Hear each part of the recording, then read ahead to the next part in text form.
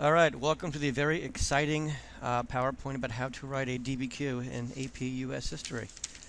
All right, so please turn to the second page. Now, it would be ideal if I was there with you, obviously, to answer questions that you have along the way. I'm not, so if you do have any questions, please just jot them down as you think of them and shoot me an email or ask me next class when I am back. So what is a DBQ? It stands for Document-Based Question. It's an essay. You're given a prompt, and you have to write an argument in response to that prompt. Look at the first bullet. It is an essay question that asks you to take a position on an issue that has several possible reasonable answers. You know, the question won't be, was slavery acceptable? You know, there's only one reasonable response to that answer, to that question.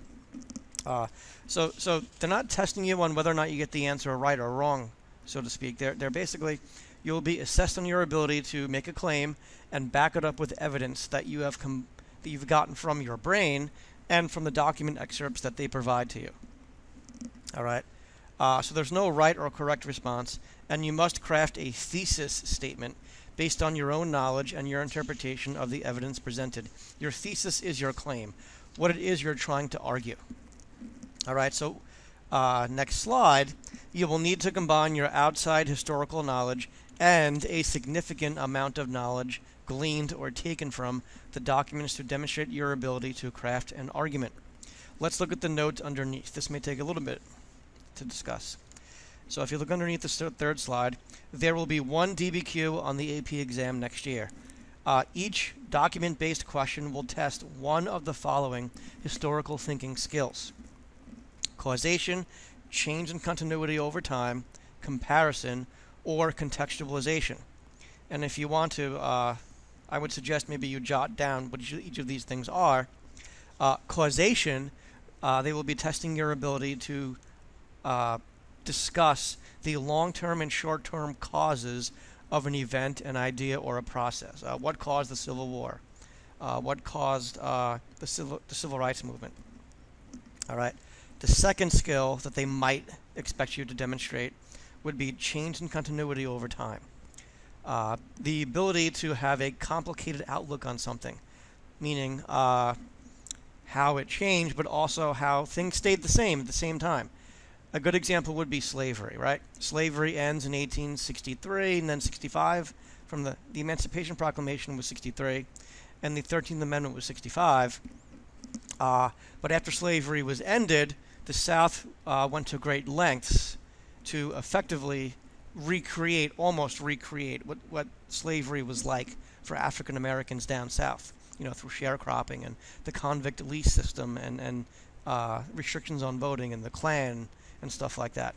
So in one way, things changed. Slavery ended, but in other ways, it kind of stayed the same to an extent through the things I mentioned.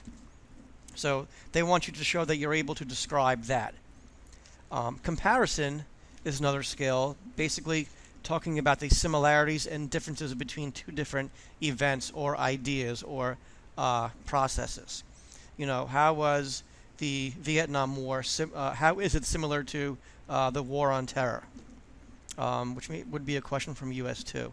How was the Revolutionary War similar to the War of 1812? I don't think that would ever be a question, but that's an example of the skill. All right. To compare and contrast the similarities and differences between two different events, ideas, or processes. The last skill that it might be focused on, and remember it's only one of these four, would be contextualization. The ability to describe what was going on during something, like what was the context during the Revolutionary War. And they want you to describe in great depth the events leading up to it and what was going on at the time, providing the context. All right. Now, if you look underneath in the second paragraph, while the DBQ was only testing one of those skills on the top paragraph, they will always be testing your ability to develop an argument and your ability to analyze historical evidence. Now, the expectations, if you look even further underneath, is that for your essay, you will state a relevant thesis. Remember your claim, your argument. It could be one sentence. It could be a few sentences.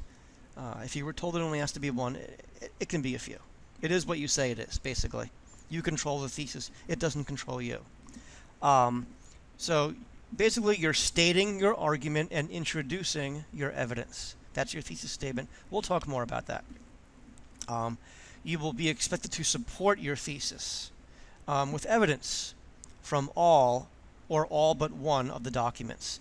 You will be provided with 7 documents. To get a full score on using the documents on the rubric, you need to use at least 6. And of those 6, if you look at the third bullet, of those 6, you are expected to analyze 3 of them a step further.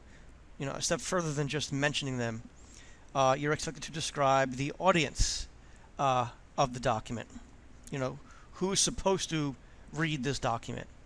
Who is this document made for? Or you can describe the purpose of the document. Why was it made? Or you can describe the context of the document. What else was going on at the time? Or the point of view of the author. All right, so if you're writing about John Calhoun describing slavery as a positive good, his point of view is that of a wealthy slaveholder who was a strong supporter of slavery. So it should be no surprise he said that. All right, we will go much more into this stuff. I know it's a lot of content thrown at you and quickly, but we will practice what's called hipping a document. All right, listing the audience, the purpose, the context, and the point of view of a document. You will be expected to support your argument with evidence outside the documents, and you will be expected to connect historical phenomena, events, people, processes, ideas. You'll be expected to take all these different sources and connect them into a coherent argument, to synthesize them into a coherent argument. All right, so that was kind of an intro of the expectations. The idea of us pre-writing everything in class is to take it step by step, to scaffold it. So relax a little bit. It's not going to all be thrown at you at once. All right, so let's look at the structure of the AP exam that hopefully you will be taking next year. It is in 2 sections. Section 1 is multiple choice and short answer. You will have 55 minutes for 55 multiple choice questions, which, remember, are wrapped around a primary or secondary source, and those are worth 40% of your grade. You will then have 40 minutes to answer 3 short answer questions. And each short answer question is actually 3 parts, A, B, and C. And it is expected to be just that, short answer, a few sentences. All right. Briefly describe one way slaves rebelled against slavery. That's question A. Question B. Briefly describe a second way slaves rebelled against slavery. And question C might be, briefly describe one way that slave owners pushed back against this rebellion. All right. That's an example of short answer question. A short answer question. That's section 1, multiple choice and short answer. Section 2 is the open-ended, 1 DBQ essay and 1 long essay question, or as O'Neill calls it, an LEQ. All right, he likes his acronyms. And that question will always be chosen. You'll get 3 choices, I believe, and you'll get to choose from one of 3 time periods. And you choose the one that you know the best. All right, moving on to slide 5, a 5-step method to completing the DBQ. All right, so moving on to the next slide, step 1 would be obviously to attack the prompt. All right, know exactly what's being asked of you. Read the question carefully a few times, then think about the following. What is the essence of the question? What exactly is it asking me? What skill are they looking for? And if you look underneath slide H6, it'll have the 4 skills. Again, causation, the long and short term causes and effects of a specific event, idea, or process. Change and continuity over time, how things change, but be able to explain how they also stay the same. Patterns of continuity and change over time. Comparison, comparing 2 different time periods or events or ideas. And on the bottom of H6, I know on yours it says periodization. It should say contextualization. Again, what was going on at that time and how did it affect how things happened? All right, so now let's move on to the next slide, the thesis statement. I forgot to do this part. All right, step 2, the thesis statement. A thesis statement is a positive assertion regarding an issue about which reasonable people may hold different opinions. Basically, it's your claim. It's your argument. It's what you're going to be arguing. You're telling the reader what you will be arguing and what your evidence will be supporting. It answers the question in one sentence or a few sentences. Also, if you look at the bottom bullet, don't discuss the documents in the order in which they appear on the DBQ. All right. If you look at the note underneath, if you look at the second line under the slide, you must have a thesis before you can prove it. Your first paragraph should reflect that you have a thesis and that you understand the complexity of the question. Remember, there are no simple answers to a DBQ. If an easy response existed, the question wouldn't have been asked in the first place. The level of sophistication of your analysis and the degree to which you successfully prove your thesis are crucial in receiving a high score. So let's watch a video about how to write a thesis statement.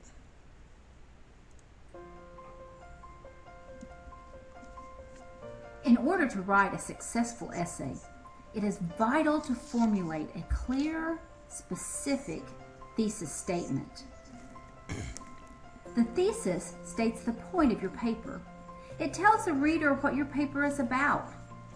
Think of this thesis as a one-sentence summary of the essay. Or a few. A thesis will have a topic and a claim.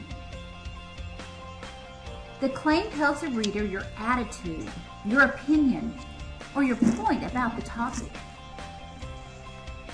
Finally, a thesis should include specifics about the points or the areas that you will use to explain your claim. Let's look at some examples. This thesis not only identifies the topic and the attitude, but it also identifies the 3 types of problems that will be covered in the essay. Here's another example. The thesis identifies the topic, the claim, and the 3 major points that will be used in the essay to support the claim. The thesis is the heart of the essay. Without a thesis, your essay will be as good as dead. In order to write a successful essay, it is essential to formulate a clear, specific thesis statement.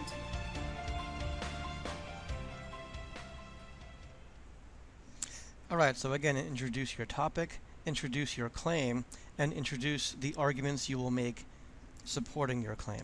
Just introduce them. Don't go too far into them. Don't steal your own thunder. So step 1, attacking the prompt. Step 2, a tentative thesis statement. You can always change it. All right. So after doing those 2 things, the next thing to do is to begin analyzing the documents. The 7 document excerpts they give. It could be a map. It could be a political cartoon. It could be, just like on your first test with me, it could be a short paragraph excerpt from a much longer document. All right. So, but please remember, a document is not a fact. It is a piece of evidence to interpret. Now, also please remember that point of view is crucial. The point of view of the author, the point of view of the document. All right. From what perspective is the author? Is he a slaveholder? Was he a Federalist? Was he an anti-Federalist? Was he a middling person, a common person? Was he a member of the elite? All right. Was he a president? Or was he a farmer? Point of view is crucial. Perspective is crucial. All right. So you're going to have to be thinking about the author, the time in which it was written, the place in which it was written, etc. All right. So you might want to briefly write the main point of each document in your own shorthand on test day. When we pre-write in here, it'll be a little bit more in depth. What you will be writing down is what you're supposed to be doing in your head on test day next year. But if you look at the notes underneath, basically you're going to hip each document. All right. If you look at the notes, the analysis of the documents provides the evidence to support the thesis, plus what's already in your head. So while evidence from at least 6 documents must be included, 6 of the 7, the essay should include or incorporate more in-depth analysis of at least 3 or 4 of the documents.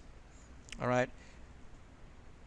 the historical context, the intended audience, the point of view, or the purpose of the document. That's the HIP. Okay, again, historical context, the intended audience, the purpose, or the point of view of the document. If you discuss one of those four things about a document and how it pertains to your argument, then you get credit for hipping that document. Okay, the O I put on the end of HIP to make it hippo, and the O is think to yourself, as you're looking over the documents, how you might use the document in your essay. All right, so if you look at the notes underneath, H, historical context. What is going on when this document was produced? What just happened? What is about to happen? How does this affect the message of the author? Does the context affect the reliability of the document?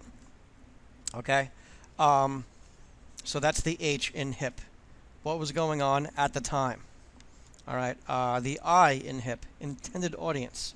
To what person or group or sector of society is it being directed? So the audience for Common Sense, Thomas Paine's Common Sense, for example, would be the common people. The audience for the Declaration of Independence would be the world, not just England, not just the colonies, but the world. So that's the intended audience. Does the speaker belong to the group to which he is addressing his or her document? You know, why is the author targeting this particular audience? All right, again, you are not writing every bit of this down about each document on test day. That will take you a year and a day. All right, these are the things that should just click in your head as you're looking at these. All right, when we pre-write in class, you will be writing it down, but you have all the time in the world when you're doing that, but not on test day. The P, purpose of doc, is why did the author create the source? To accomplish what? What was the purpose of making the document? You know, Jefferson's purpose in writing the Declaration was to rally support for the rebellion. Paul Revere's purpose in distributing the engraving of the Boston Massacre was to gain support for the rebellion. So what was the purpose of the document? Point of view, the other P, is who is the author and what is their point of view? What is their perspective? And what is this relationship to the question and how it affects your argument and your understanding of the topic? Why does he or she believe that? What do we know about him or her that makes this surprising or unsurprising? You know, Calhoun, when he said slavery is a positive good, he's a huge slaveholder who financially benefited very significantly from owning those slaves. That's his point of view, his perspective. And again, the O is how you might use it. All right, what you jot down next to each document on test day is completely up to you. I'm just pointing out to you what they would like you to be able to get from each document in your head. And remember, if you discuss one of these things, one of the HIPs, for 3 or 4 of the documents, you get that extra point on the rubric. All right. All right, so next step, analyzing the docs still. If the prompt requires you to take one position or another, maybe think about grouping the documents on the basis of those positions. Then think to yourself, so what? How might I use this document? How does it fit into my essay? In other words, you will be required to think about what you can infer from the contents of the document. Why is it there? What do they want you to do with it? Okay, moving on. Next slide, H10. Again, analyzing the document still. So in a nutshell, when you look at a doc, you will think about the document information. What's the document about? What's its purpose, its main idea? What can you infer from the document? How might you use it? Why do you think they put it there? And you may also want to think about potential outside information outside the documents that you know inside your head that may help you. So HIP it, how might you use it, and is there any outside information that the document kind of jogs in your memory? Okay, if you look at the notes underneath, you do not need to mention the document by number or letter or title in order to receive credit towards content analysis. The best way to cite documents in your essay is to name the actual document. You know, if Doc A is an excerpt from the Constitution, you wouldn't say, according to Doc A, blah, blah, blah, blah, blah. You would say, according to Article 4, Section 2 of the Constitution, and then you would write. Okay, the other way to do this is to write your sentence, and then in parentheses, parenthetically, you would write Doc A. please never ever write, as in document A. Remember, you are a historian doing history here. No historian writes that way. All right, these are actual sources that you are using, so name the sources. All right, looking below that, mentioning a document, quoting extensively from a document, or closely paraphrasing a document by itself is not enough for awarding a point for the analysis of a document. Okay, you need to use it within your argument. All right, and the content of the document needs to be clearly connected to your thesis. Again, we will walk through this. We will grade sample essays. We will pre-write our essay in class. All right, we'll take it very methodically. All right, and you need to extend the analysis of 3 of the 7 documents to get that point. Mention the HIP, the historical context, the audience, the purpose, or the point of view, of 3 of the 7 documents, in addition to using 6 out of the 7 in your argument. All right. So after you're done with all that, next step would be to provide a rough outline. All right. A very rough outline. It may seem at first like doing an outline would waste time, but what I have found through my writing of essays throughout my life is that if I don't work off of an outline, I will deviate from what I intended to write, or I may forget what was going to come next. So in the long run, an outline may save you time. All right, so analyze the docs, the prompt, and your rough outline. It's supposed to be within the first 15 minutes on test day. All right, it's a quick outline, not graded. No one will ever see your outline. And it should consist of your own shorthand. It's your outlines for your benefit. All right, it should provide a sketch of each paragraph, the purpose of each paragraph, and the main argument to be made in each paragraph, the documents you will use, and the outside knowledge you will use. Just make a simple, quick list with your own shorthand, your own abbreviations. Enough that you will understand it, but not too much where it will use up too much time. All right, moving on, the first paragraph. The next step is to write the actual essay, finally. So the first paragraph, you are to make a strong first impression.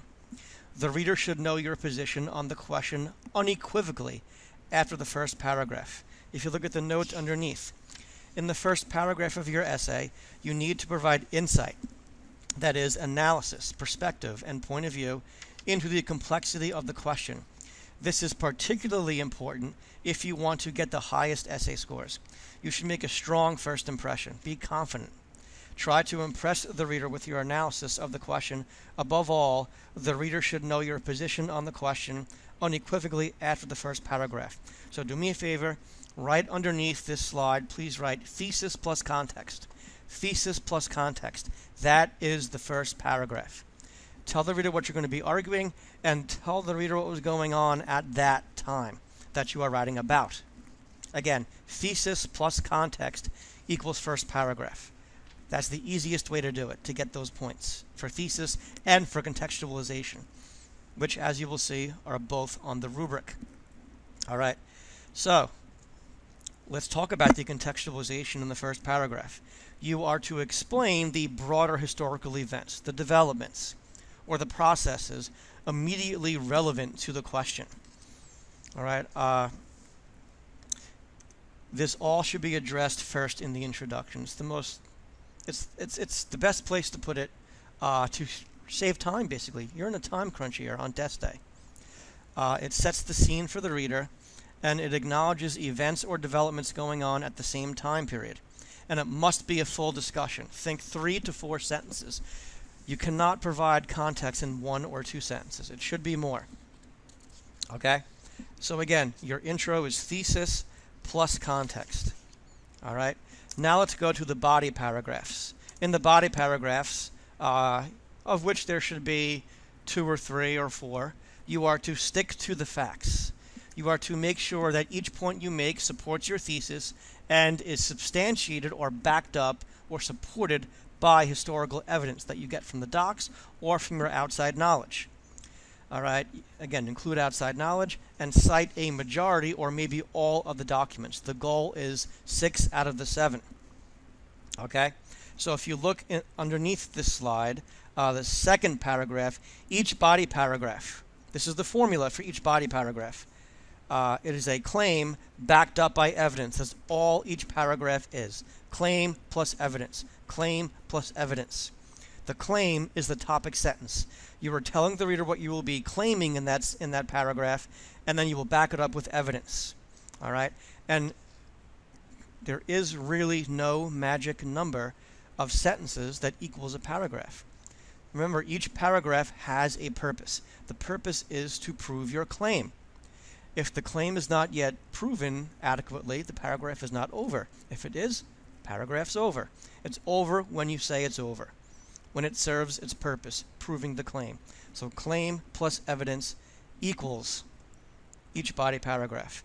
And the evidence is made up of stuff you get from the documents and stuff you get from your brain. Okay? And that's what it says in that last paragraph there. Now we get to the conclusion. In the conclusion, you restate your thesis and you summarize your evidence in a different way. All right? That's all it is. The last paragraph. So think one introduction, think a handful of body paragraphs, 2 to 3 to 4, and a concluding paragraph in which you restate your thesis and summarize your evidence in a different way. All right?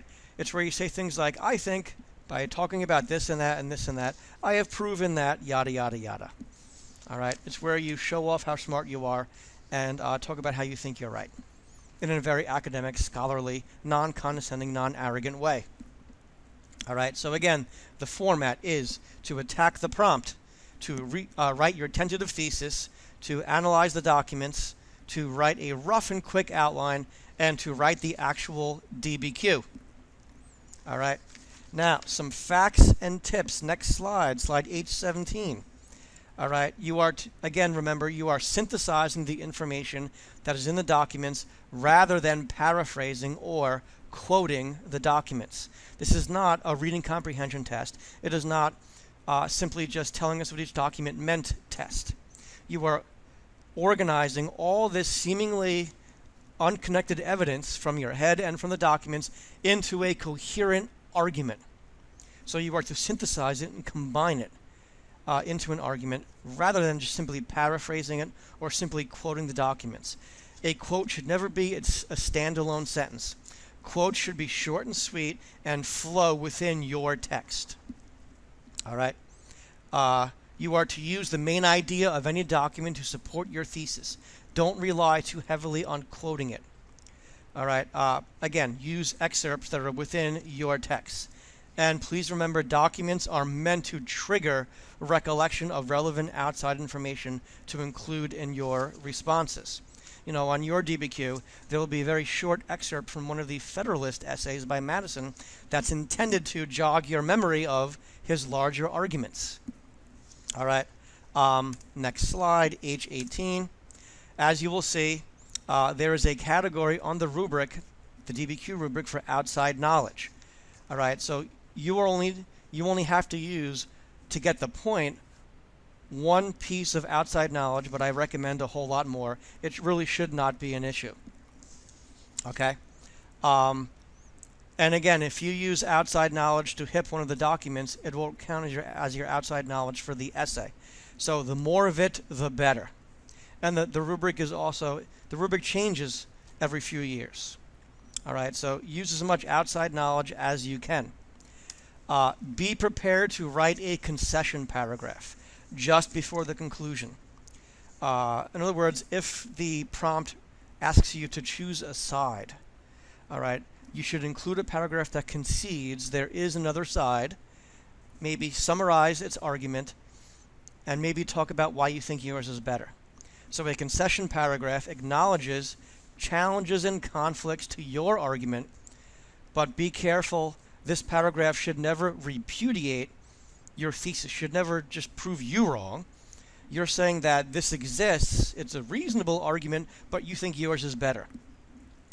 It's what makes a good argumentative essay even better.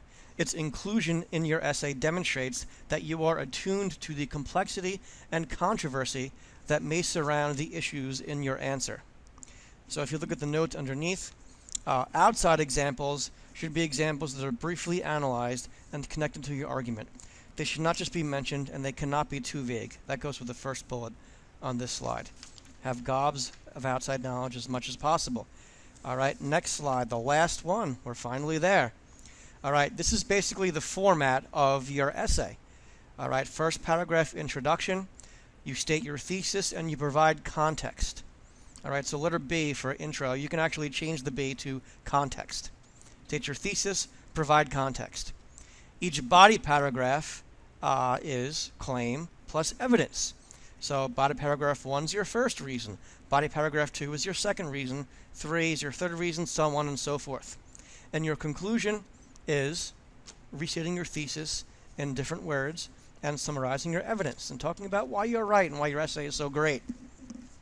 All right, so that's the basic format: intro, body paragraphs, conclusion. All right, so hopefully I did not go too fast for you. If I did, feel free to, at home, play this back at your leisure.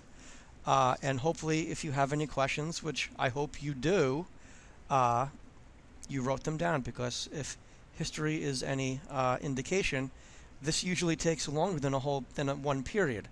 And it's usually because you guys are asking questions. So hopefully you wrote your questions down so you will remember them. All right, so I hope you didn't enjoy this too much.